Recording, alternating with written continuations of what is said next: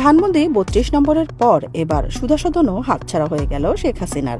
দুর্নীতির অভিযোগ থাকায় সাবেক প্রধানমন্ত্রী শেখ হাসিনা, ছেলে সজীব ওয়াজেদ জয়, মেয়ে সাইমা ওয়াজেদ পুতুল, বোন শেখ রেহানা ও তার ছেলে রাদোয়ান মুজিব সিদ্দিক সহ পরিবারের সদস্যদের ৭টি ফ্ল্যাট ও প্লট জব্দের আদেশ দিয়েছে আদালত।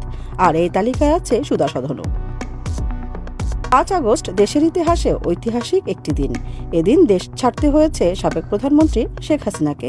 এরপর চলে গণভবনে লুটপাট আর ধ্বংসযজ্ঞ। তারপর নানা ঘটনায় ধানমন্ডির ৩২ নম্বরের বাসাও গুড়িয়ে দেওয়া হয়। আর এখন নতুন করে জব্দ করা হলো এসব ফ্ল্যাট ও প্লট। দুদকের হিসাব অনুযায়ী এসব সম্পদের বাজার মূল্য ৮,৮৫,০০,০০০ টাকারও বেশি। দর্শকের হয়তো জানার আগ্রহ হচ্ছে কি কি সম্পদ হারাচ্ছে শেখ হাসিনার পরিবার, আর এসব সম্পদের বাজার মূল্যই বা কত। এবার আসি সেই তালিকায়। টিউলিপ সিদ্দিকের নামে থাকা গুলশানের ফ্ল্যাটটির বাজার মূল্য ৪৩,২৪,৯২০ টাকা। জয় ও পুতুলের নামে ধানমন্ডিতে থাকা সুধাসদন, যার বাজার মূল্য ৩,৩০,০০,০০০ টাকা। শেখ রেহানার নামে থাকা গাজীপুরে ৮,৭৫,৫০০ টাকা দামের ৮.৫ কাঠা জমি, গাজীপুরের আরেক জায়গায় ৩ লাখ টাকা দামের ১.৫৫% জমি এবং সেগুনবাগিচায় ১৮ লাখ টাকার ফ্ল্যাট।